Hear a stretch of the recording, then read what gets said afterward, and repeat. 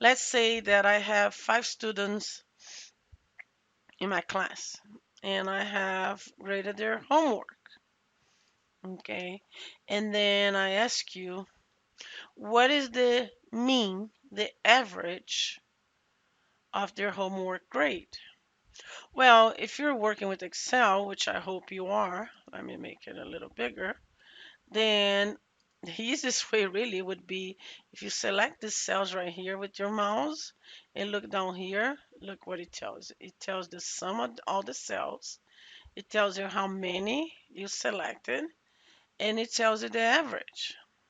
Okay, and the average is the sum divided by the count. However, if I ask you that, you're not gonna tell me to select the cells and look down here. That would not be reasonable. So that's why we're gonna go over how you actually find those values in Excel by using the formulas and make it easier on you. I have put this down here because, believe it or not, the most common error among students is not respecting these rules, the pandas rule that you should have or that you did learn but may perhaps have forgotten. The pandas rule, which is the order that you should um, perform on an equation, which ones goes first, and so on. So, for example, if you look at an equation that says this times this,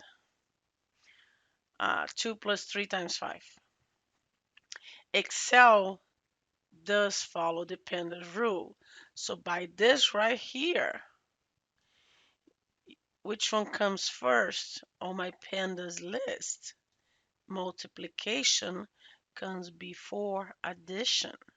Therefore, my result right here should be 17. There we go. Okay, then let's use the same case, but now I want my sum, my addition to come first. Okay, so why did I put the parentheses? Because parentheses on this rule is the first thing that Excel, or even if you're doing on paper, you should do first. And then you go to multiplication, which is right here, number 3. So if I'm correct, and Excel does respect the panda rule, right here, my result should be 25 because 2 plus 3, see, I'm not looking at the addition, I'm really looking what is in the parentheses. So that's why I'm solving this first. So 2 plus 3 is 5 times 5 should be 25.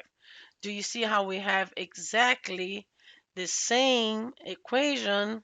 If you're going formulas, we have exactly the same equation, but just because I add the parentheses, it did change the values. Okay, so please keep that in mind. It's super important. Um, Back here, if I want to do the sum of values, I could go 85 plus 88 plus 72 plus 93 plus. Well, what happens is if I have a very, very long list and I change one of these values, I have to go back and look where they change. So what you could do, which is also not the easiest way, um, you can do column I, cell row 2 plus column I, row 3 plus column I, row 4 plus column I, row 5 plus column I plus row 6. There we go, which is, remember when I said right here, 427. Okay, but instead of doing that, why can't we just do that the sum of all the cells right here, because Excel has a formula for you, and then close. There we go. And I don't want to like give you all the trick, but we also have the auto sum. The problem about the auto sum is you have to make sure that it selects the right cell. See right here, it just made a choice for me, but I want to make sure it's this my choice. Okay, which is the same as typing equals the sum. Um, in between parentheses and then the columns and rows. Every formula in Excel starts with an equal sign. Once you add an equal sign, Excel is already expecting a formula. Okay, the mean or the average. Excel also provides us a formula. Remember, the average that I should come up with is 85.4. If I round up or down, since it's below 5, we're gonna go down, so it's 85. So let's see if that works. Excel has a formula that goes average, parentheses, and then we put the average this, which should be 85.4. Perfect. There we go. And then we can just go here and then make it 85. What does that mean? It means that even though Maria got a 72, which is a C, and Tomas got a 93, which is an A, my average actually is a B. So it's not bad. If my average was a C, I would be concerned. Then not my average, the average in my class, then I would know that I have to modify my way of delivering the material. Okay, the median. The median is the middle point, literally. So you would say, okay, it's Maria, it's 72.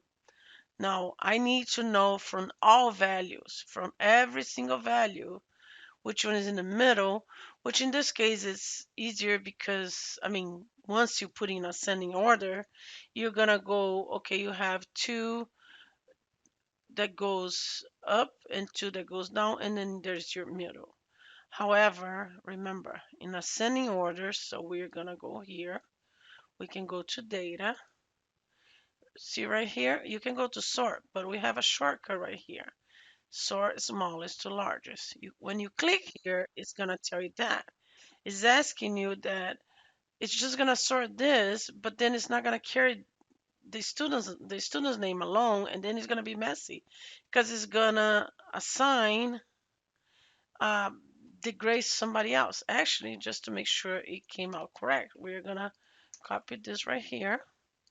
Okay, and then we're gonna go sort, and then I'm gonna expand it, and then here you go. Look, Maria 72, Arturo 85, Paul 88, Olivia 89, and Thomas. Great.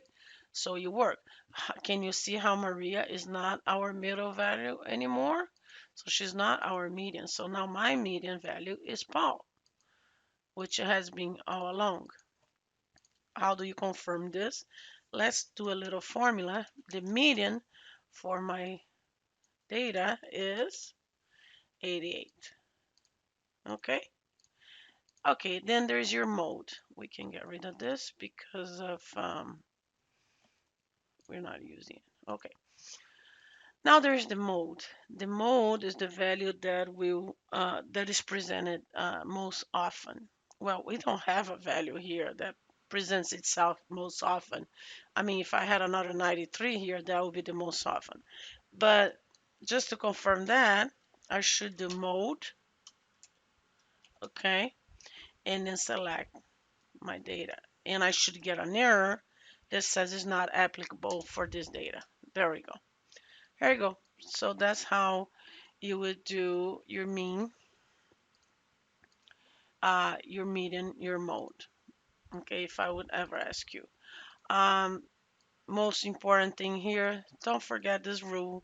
This will make all the difference in the world. For example, the average does this divided by 5. However, let's suppose that you did 72 plus 85 plus 88 plus 89 plus 93 divided by 5. What do you think Excel is going to do? Does the addition comes before the division? No. Excel is going to divide first 93 by 5 and then add. So this supposedly should be 85, but because I'm not respecting the Penda's rule, I get a completely different value. However, if I would get the same information, put it right here, for example, actually adjust it for me, and I would just add a parenthesis, which would tell Excel, make sure you sum everything first and then you divide it by 5. Remember? And then you take one. There you go. Those are my values.